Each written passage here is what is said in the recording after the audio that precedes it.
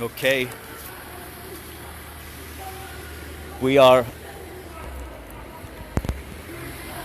outside the city chambers.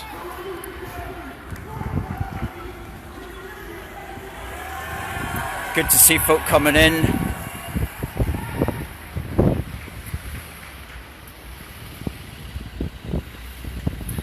That's the cenotaph, total of His Majesty's forces engaged at home and abroad. Of this number, the city of Glasgow raised over 200,000. These are men who fought for our freedom and who fought for our liberty and who fought for the freedom of assembly, freedom of travel throughout Britain and the world, and freedom of speech, much of which is presently imperilled under the present Covert Consensus. And that's what I'm going to talk about today, the Covert Consensus. Hello to people coming in, Tommy, Richard. Please all share this, because this is going to be a very important broadcast today, talking about the Covert Consensus and giving you some good news about it as well, and how we're going to deal with what the politicians are doing to us here, not just in Scotland, but throughout the United Kingdom. And we're here in George Square, in the heart of the great British city of Glasgow. And there's been some good news already. There's a group having a demonstration, which we'll just see in a minute. They're over there. They're not bothering about the rule of six or anything like that, and I'm pleased to see that. I'm pleased to see that, because they shouldn't be bothering about that, because this is our country and this is our city, and nobody should tell us how we move about it.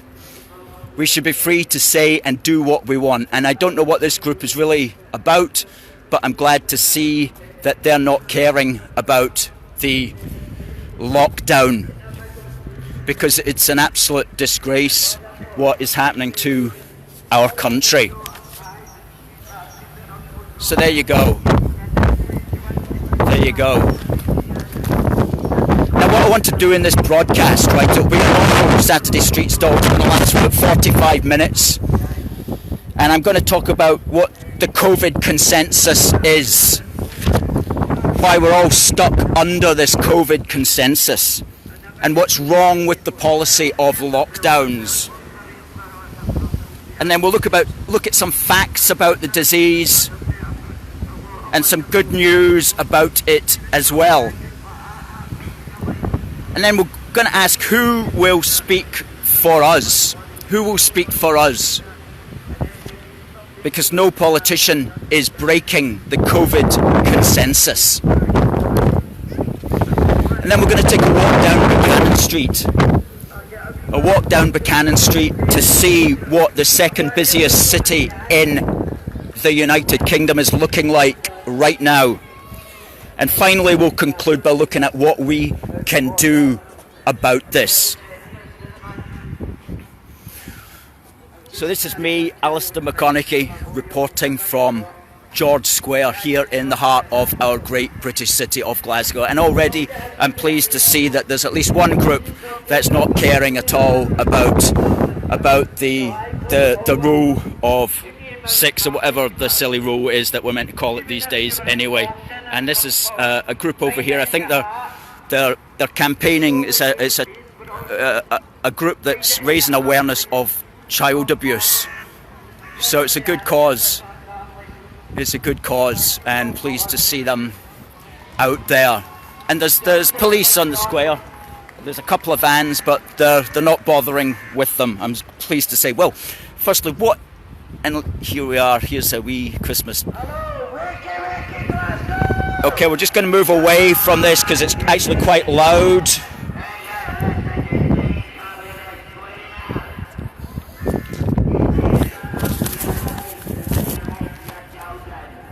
We'll just move a little bit away from there. The COVID consensus, what is that? The COVID consensus is where our politicians have decided that getting COVID is stopping people getting COVID is assumed to matter more than anything else, more than any other health issue.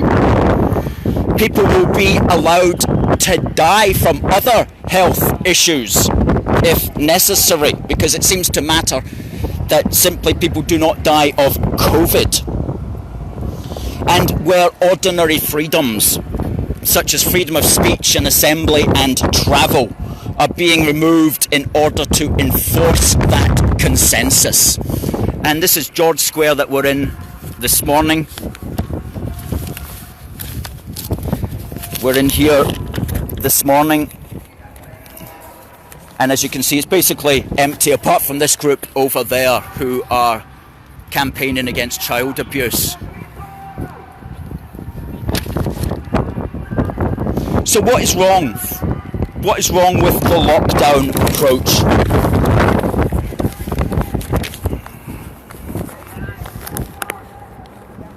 Bear with us, folks. Bear with us, folks. The rain has come on. The rain has come on. Right now, we're following an approach which is decided by a very small group of scientists who see suppression of the virus as the only solution, regardless of other health concerns. Now, if we allow this approach to be set as a precedent, what it means is that every time there is a health scare, which is going to be every few years, as there always is a health scare, then the response will be to close down the country. Now, that is not sustainable in the long term, not for health reasons or for social reasons, and certainly not for economic reasons. So if we allow this to be set as the way to deal with viruses, if we allow lockdowns to be the way that we deal now with viruses, then we are condemning our society to lockdown for months on end every few years. And that is not a sustainable thing to do as far as health or our society or our economy is concerned. So that consensus, that COVID consensus, that lockdown is the way to go, has to end. It has to end. Because remember, there's always going to be health scares every few years. They even use animal health diseases to scare humans. Remember BSE back in 1996. Remember the foot and mouth crisis of 2001. These were animal diseases, but they had considerable impact upon us and upon society. Bird flu in 2007, swine flu in 2009. The point is that every few years we are scared with diseases where we're all meant to die and then we don't. Society gets back to normal, but in this case, what has happened is we have taken a risk-averse attitude. Rather than the traditional way, which is a keep calm and carry on way, we have chosen a hide under the bed because the sky is falling approach. In fact, Boris Johnson is quite literally hiding under his bed at the moment. He's not keeping calm and carrying on. Now, furthermore, if you believe that there is a serious virus threat, and we're not going to get into the rights and wrongs of that, but if you believe that, then all that a lockdown is doing is pushing the virus down the road for another month until we all get out, and then it restarts again. It's not building herd immunity in the way that has to be built, or if you prefer the term, community immunity. Not only that, but it means that our NHS is failing to treat all the other diseases. It's failing to scan for diseases, and it's setting us up in a way that more people are going to die in the long run. And we're just crossing over here, looking up West Regent Street, empty. This is a Saturday, this is the 5th Saturday before Christmas. The place is virtually empty. We're just going to stand in here, get out the rain for a little while. And not only that, but lockdowns destroy the spirit of enterprise. Because if you have got a business, are you realistically, if you want to set up a business, are you realistically going to set one up, knowing that at any time the politicians can close you down on the basis of a virus threat? Nobody in their right mind would set up a business knowing that that's a potential in the next year or two. Yet this is what lockdowns are doing. They're setting in to society the idea that your small business or your medium-sized business or even your big business will be destroyed on the basis of a questionable scientific virus threat. And not only that, but it moves wealth from the very small to the very large conglomerates, from the high street shops to the big online retailers. And we're just scanning the scene here. There's not much to look at. We're going to move on to Buchanan Street in a few moments, where I'll take you a walk down Buchanan Street, the second busiest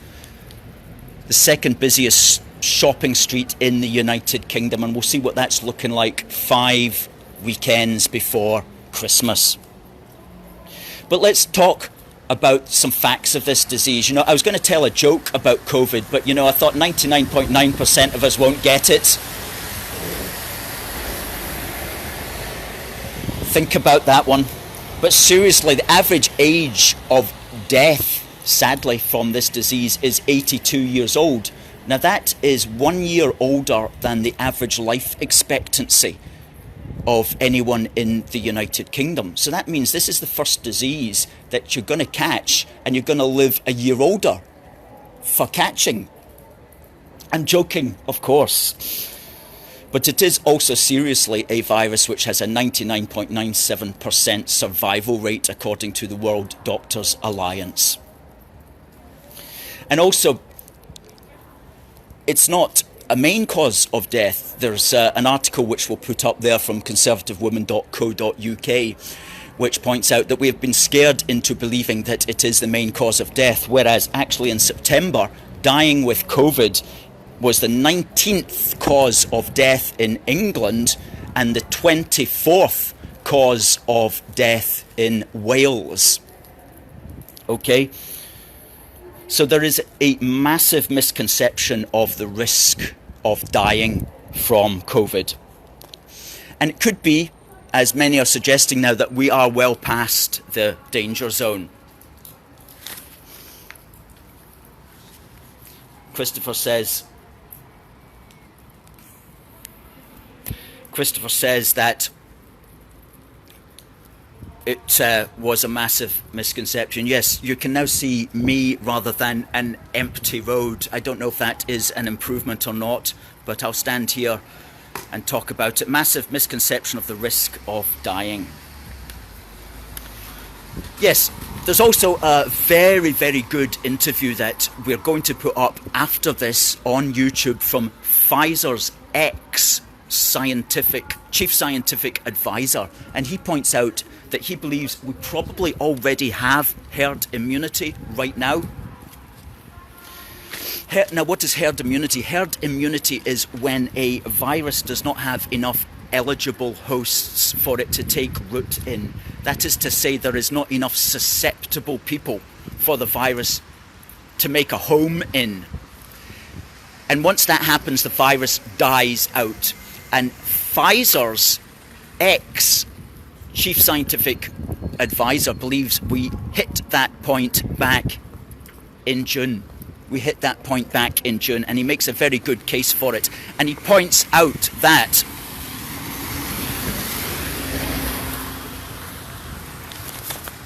let me just check here, because I'm going to quote him directly. Yes, he says, by summer we were in a normal position, and we are in a normal position because the country was no longer susceptible to this virus. There were too few remaining susceptible people. This would be an uncontroversial remark in any other year than in 2020. Really, when you survive a respiratory virus, plain respiratory virus, you become immune. No ifs or buts, Mr. Johnston. You can't catch it again. You certainly can't get ill. You can't transmit it again. And once you have too few people susceptible, the epidemic stops. End of quote. And that's where he believes we are right now. There are simply too few people to keep it spreading. And his name is Mike Yeadon, and he refers to it, quote, as a pseudo-epidemic resulting from a testing problem.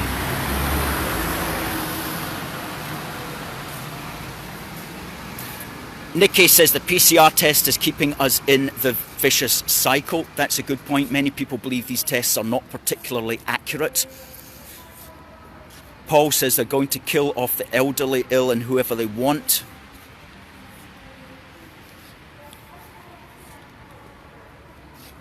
Now, Mike Yeadon also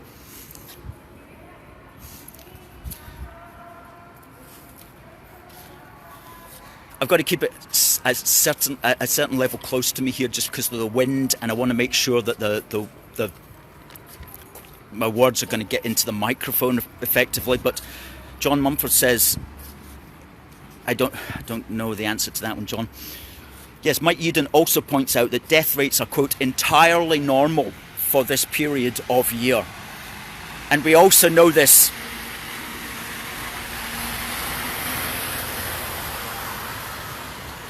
We also know this because the death rates for late October and November are the same as they've always been for this time of year. And there's an article from the Daily Mail which was published yesterday which also points that out. We'll put that up. It says what they're not telling you about COVID.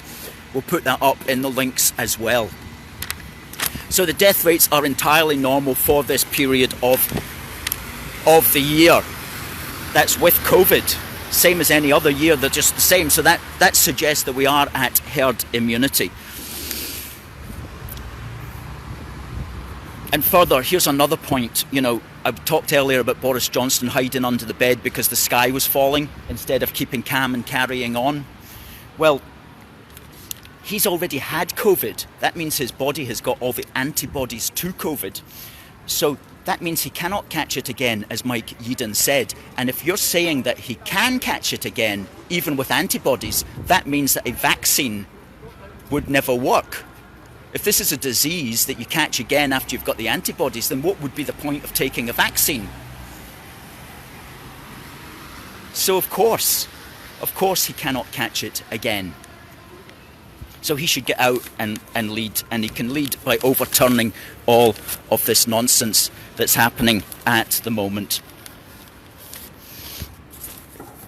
So given all these facts about the danger of the lockdown policy to our health, who will speak for us? And I'm outside the new Queen Street station at the moment. The words will be reversed because you're watching here on a Facebook Live, which automatically reverses the letters on an Android. Let's walk up here and onto Buchanan Street while we talk about who will speak for us. I'm just going to show you where we're going. Empty street. Normally on a Saturday, of course, this would be people pouring out of the exit there of the station.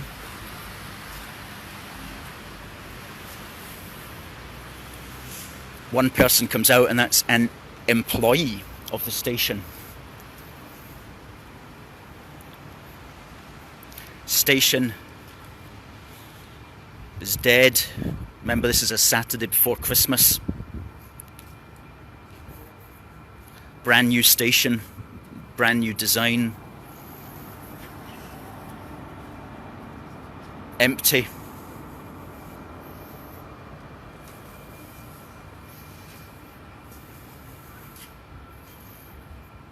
It's Buchanan Galleries in the background. That's a massive shopping centre. We'll go up and have a look to see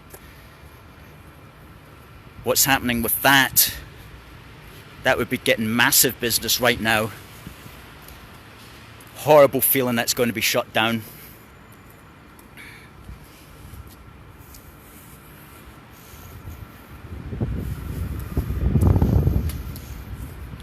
Yeah, so who is speaking for us? Who is going to challenge this COVID consensus, which I'm defining as a situation where stopping people getting COVID is assumed to matter more than anything else, more than any other health issue, even to the point where people will be allowed to die so long as it is not from COVID, where it matters more than any other social or economic issue and more than our ordinary freedoms, such as freedom of speech, assembly and travel, which are being removed in order to enforce compliance with this consensus. So let's get to the top of Buchanan Street right now. All these shops just closed down. There'd be tens of thousands of people on this street during the course of any normal Saturday.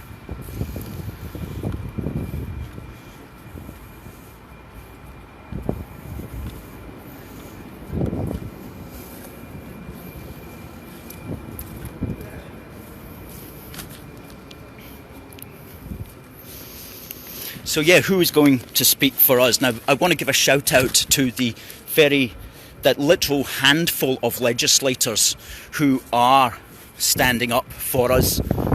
Nobody in Scotland, I might add. There are two in London, David Curtin and Peter Whittle, who are Assembly members of the London Assembly. They are the only two in London who speak out against the COVID consensus and the destruction of central London.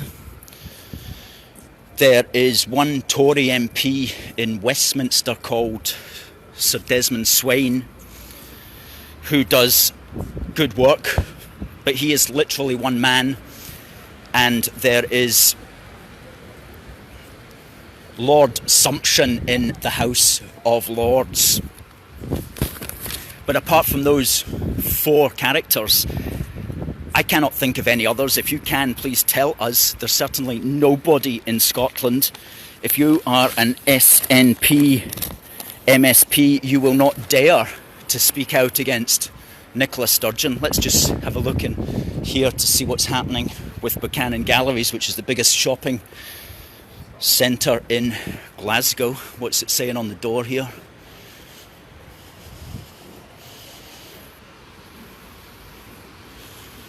Doesn't seem to be anybody in there though. Escalators are empty.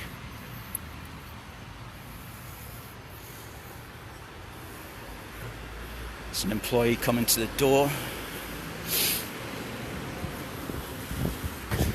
So let's go up to the top and take a look down the whole place. Yeah, so there's none. We have 129 MSPs in Scotland, and not one of them is standing up against lockdown from a principled position that it is a destructive policy to our health, to our mental health, to our social connections and to our national economy. And this is a party which claims to be the Scottish National Party. You would think they would have some concern for our national economy. You would think even they would do something different from what the government in Westminster is doing, if only to be different. But no, they just play this game that my lockdown is better than your lockdown, which is a false frame which will condemn us all to perpetual imprisonment if we accept it. Okay, I don't want to bother these guys here, so I'll just turn round at this point. Let's see if we can just have a look down the street.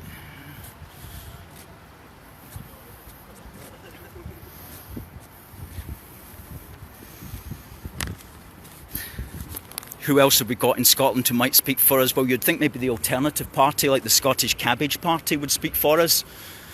They should be into things like alternative health. If they were true ecologists, they would be. If they were true ecologists, they would be standing up against this as completely the wrong way of dealing with a virus.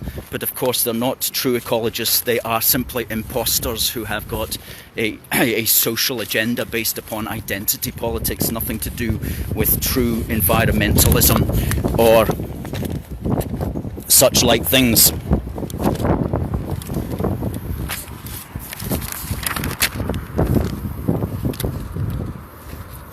Sorry. Okay, guys, please do share this. Please share this on Twitter. We want to get this message out. We want to get it seen by thousands. This is the second busiest thoroughfare, second only to Oxford Street in London. And it's been recognised for being the second best shopping destination as well. And this is 5 Saturdays before Christmas. Normally it would be hoaching with people, but all the shops are shut. Some of the shops have their lights on, but nobody is home. And think about all the jobs of all the young people who work in these shops and who enjoy working in these shops. You know, these are kind of, some of these are big name shops, but even these big name shops are going to struggle because they were struggling prior to the lockdown. With the competition with online merchandise. So the danger is this lockdown could be enough just to kill off even these bigger shops. And of course on the high street in other places throughout Scotland, it's a complete assault on the small business owner and entrepreneur, and a complete movement of wealth from small businesses to the mega online corporations. And this is all being done under a Scottish so-called national government. And this is an absolute disgrace, because who in the right mind now would want to set up a small business in Scotland and try to employ people if you knew that the Scottish administration could simply come along and close you down on the basis of some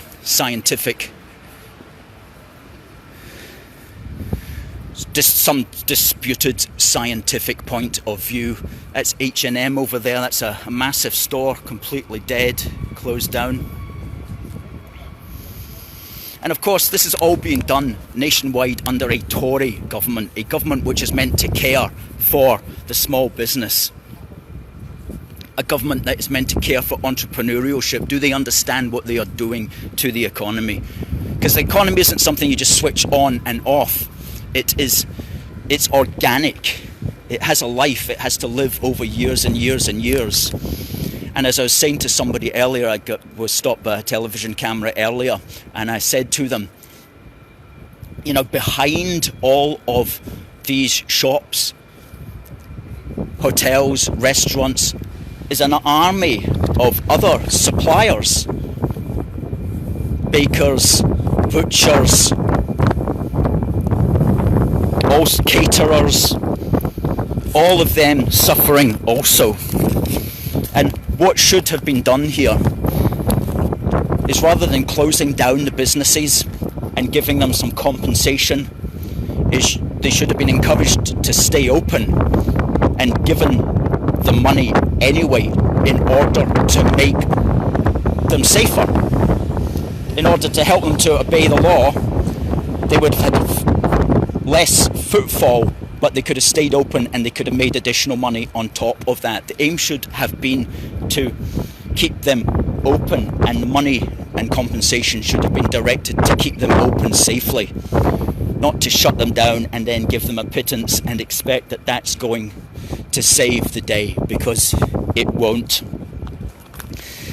And Glasgow, like all big British cities now, the centre of it depends entirely upon service industry and tourism. And the way it's going at the moment is there will be nothing for tourists to come to if any service industries are able to remain. So politicians need to step up here. and they need to do their job, and they need to provide opposition, which is to say they need to articulate different views. And who is going to do that? Because it is literally their job to do that. They are there to serve us. We are not here to serve them and their crazy schemes. So whether it is the British government or the Scottish administration, the MPs and the MSPs are not doing their job. And you know what? They're getting extremely well paid for not doing their job. The average wage of an MSP is £64,500. Okay? £64,500 to nod your head when your party leader speaks and tells you what to think. What an absolute sinecure.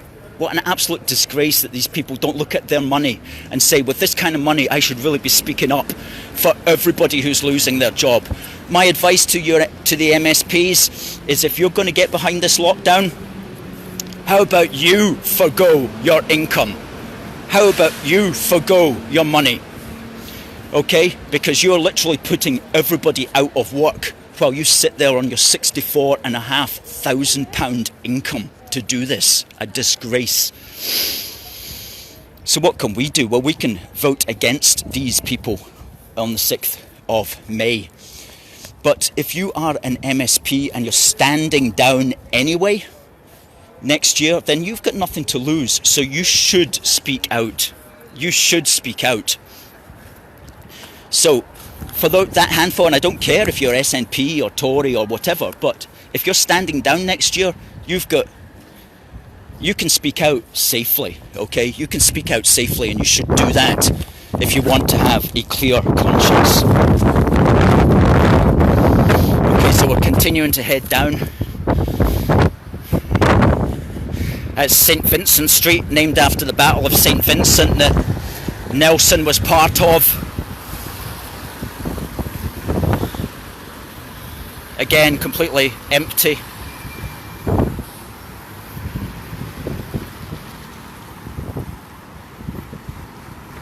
Sandra says, yes, let them give up their salaries. Absolutely. I'd be ashamed to be on £64,500 and be putting the city of Glasgow out of work. This is what all these people, 129 MSPs, and that's just your average MSP. I mean, Nicola Sturgeon is on £158,000. She's the best paid politician in the United Kingdom. And if you're part of her so-called cabinet, you'll be on £95,000. Crazy money, crazy money. Let me just...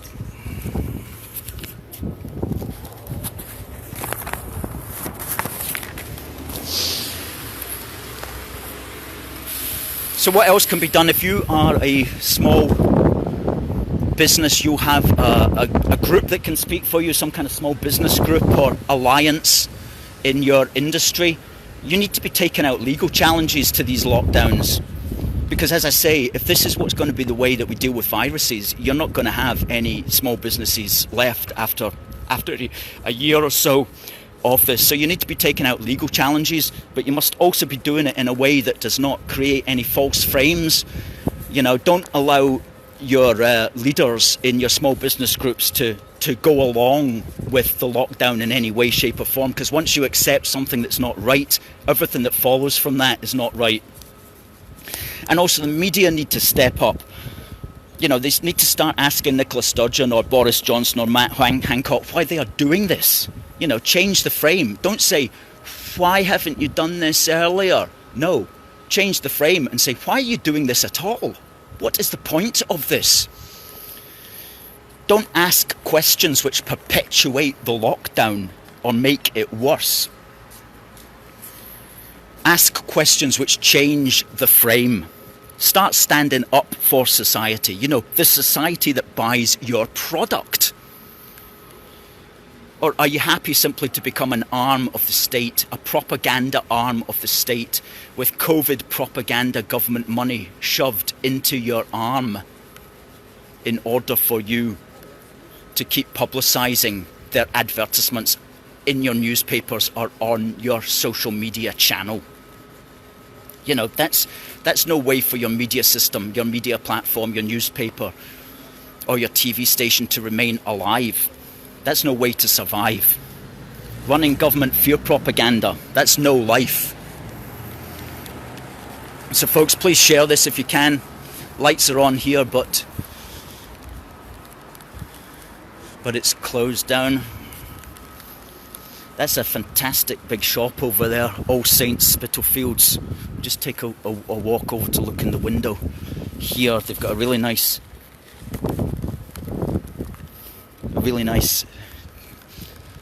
shop front. I do hope that it survives. Look at all the sewing machines. It's incredible. It's put so much work into the design of that shop.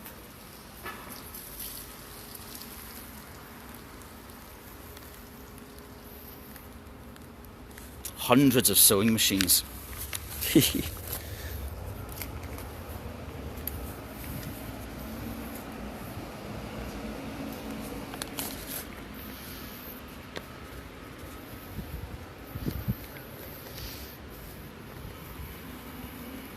Empty though, empty, the shop's empty.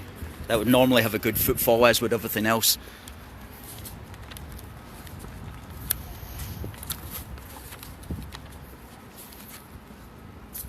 So we're suffering from this. People are not being treated properly. People's mental health is suffering. Society is suffering. Even organisations are suffering. Even churches are being told that they can only have a certain number of people there. Social organisations are beginning to crumble. Economically, it's looking very bad on the 5th Saturday before Christmas.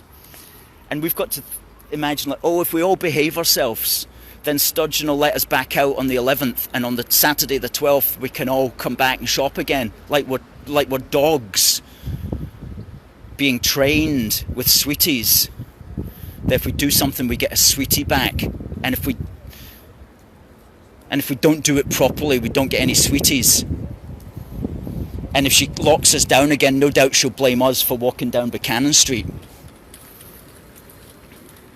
We shouldn't be tolerating this from our politicians.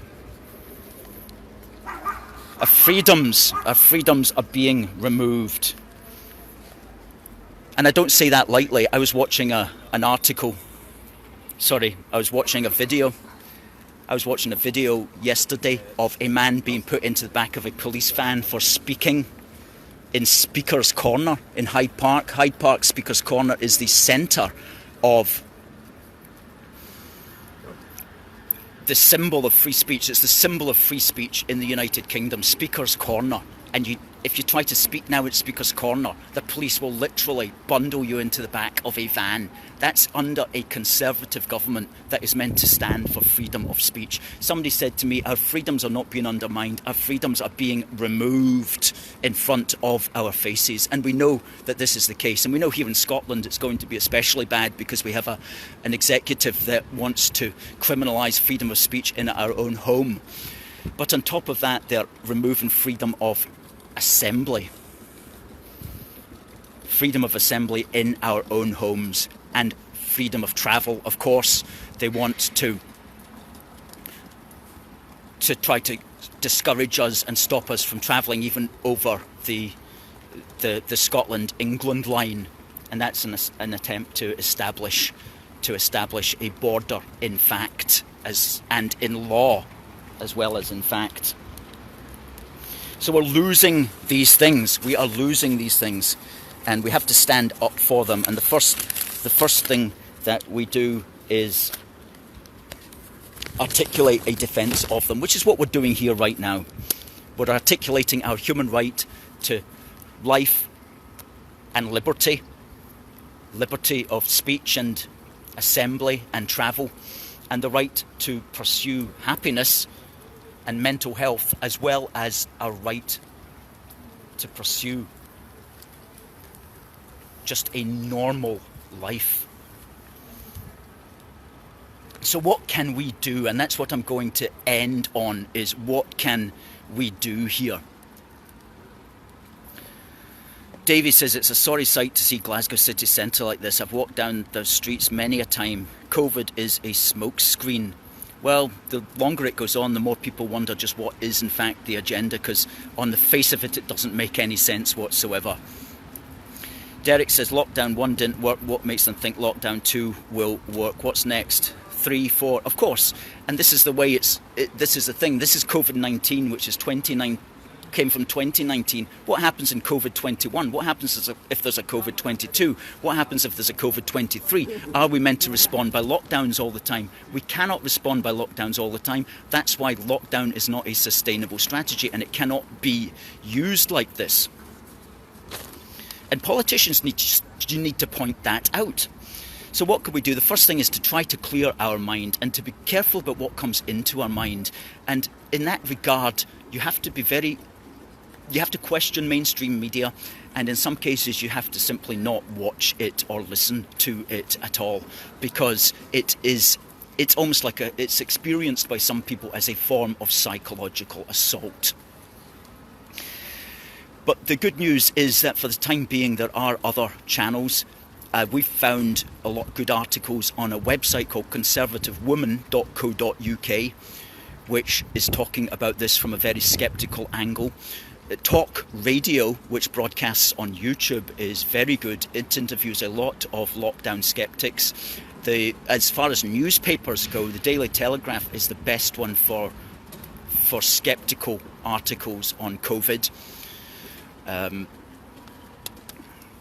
So just choose the mainstream media that you watch and try to get more information from alternative sources. And in that regard, please do feel free to share this material as well.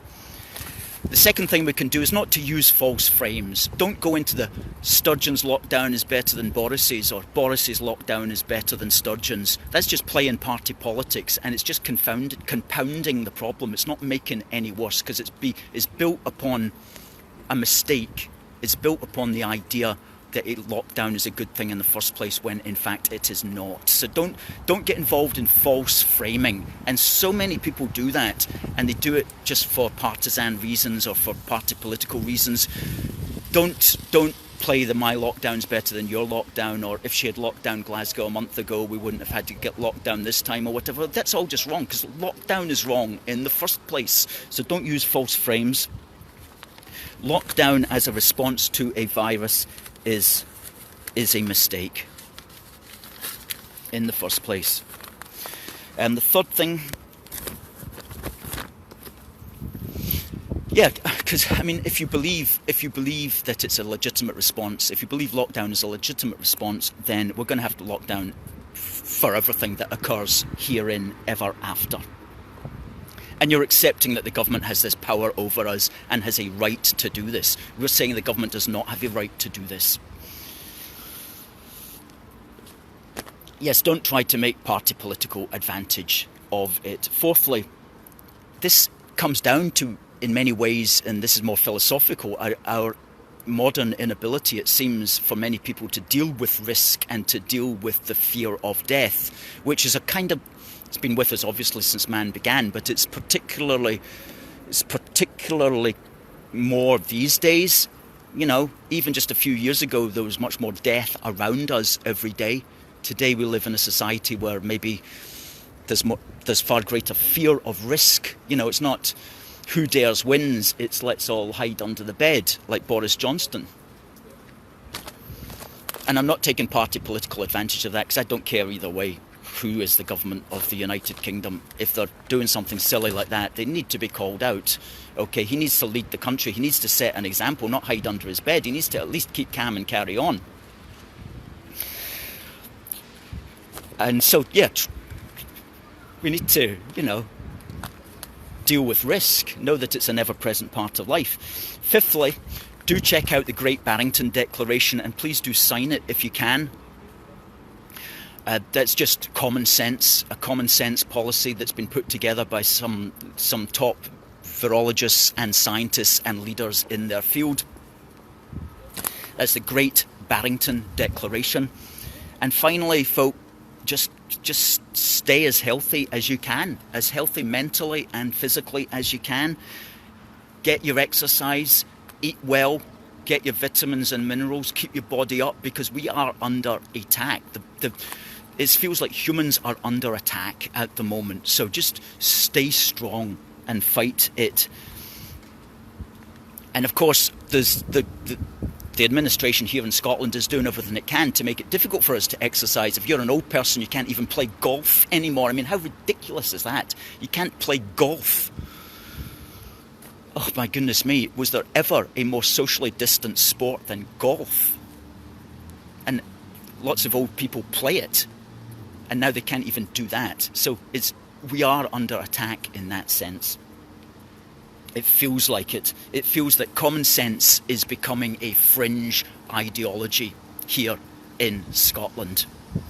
Well, we have to turn that around. We have to turn that around. Richard says the scourge of fear is used to have greater control over everyone. That's right.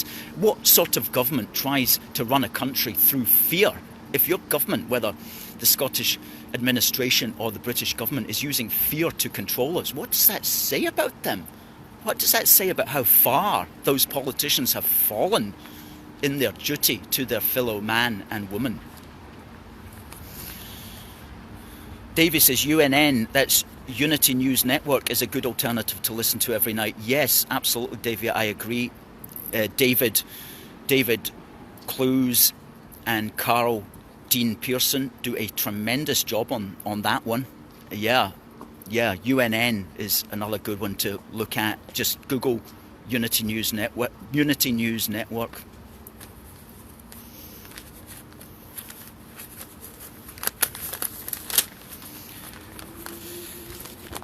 So folks, Ian says government by fear is no government at all. Oh well, that's a quote from John Adams. He was one of the founding fathers. That's a good quote, Ian. Good quote. Let's just take a wee walk down here. Read out some comments. Look at that, all empty.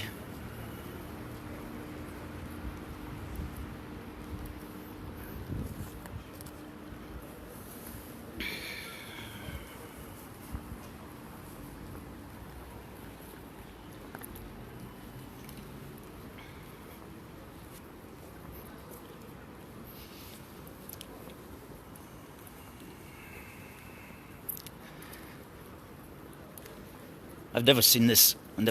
Well, we saw this, of course, earlier in the year, but for this to be happening at Christmas, in the run-up to Christmas, look at that, completely empty street.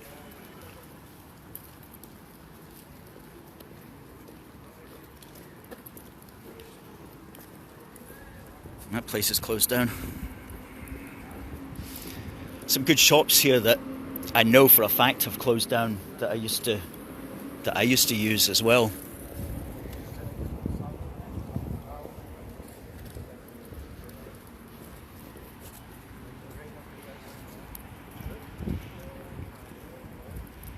Colin says, great work. I would like to be able to save this video for the future, as no doubt it will get removed. We'll be putting it up, Colin, on YouTube,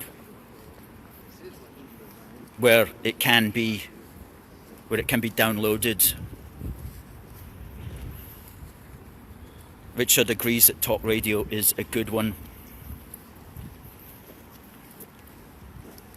Sky News Australia, says John as well. That is a good source, Sky News Australia, which for some reason is different from what the messages we get with Sky News in this country. Kenny wonders how we're going to be meant to social distance on election day. Well, I don't know if you know, Kenny, but a new bill has been brought before the Scottish Parliament, which is making allowances for actually cancelling, if necessary, the election, and also for doing it all postal ballot. None of which is good.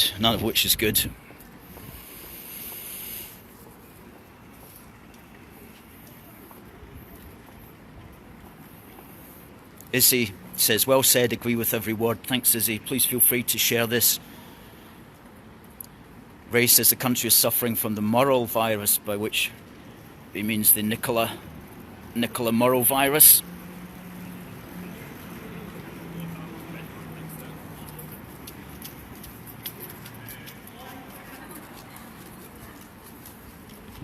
Kenny's enjoying the broadcast.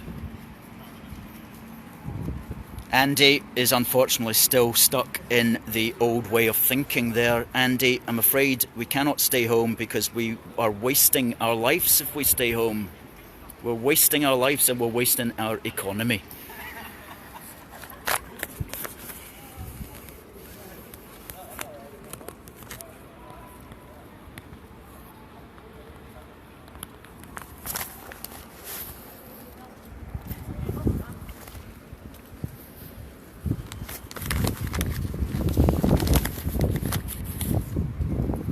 What other comments have we got here? Let's scroll through some comments.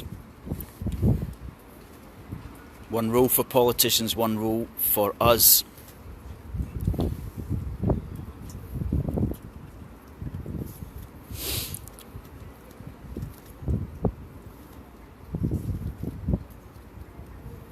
Davey says that over in Northern Ireland they're going into full lockdown as well. That's a pity.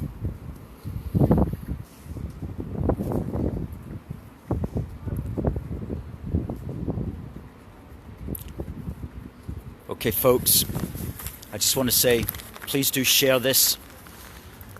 We're going to bring this to a close. Please share it if you can. We've run through a lot of good points in this broadcast. Thank you to everybody behind the programme. Please do, if you like us, please do support A Force for Good. You can go to aforceforgood.uk where you can read our articles. You can support us, if you like, with a donation. You can buy our merchandise. But for the moment, please share. And here is Princess Square. This is another really lovely big shopping gallery. Locked down, quite literally. Locked down. And isn't that perhaps the symbol to end this particular broadcast with? Folks, thank you very much. We've had a good load of people here watching. God bless the United Kingdom. God save the Queen.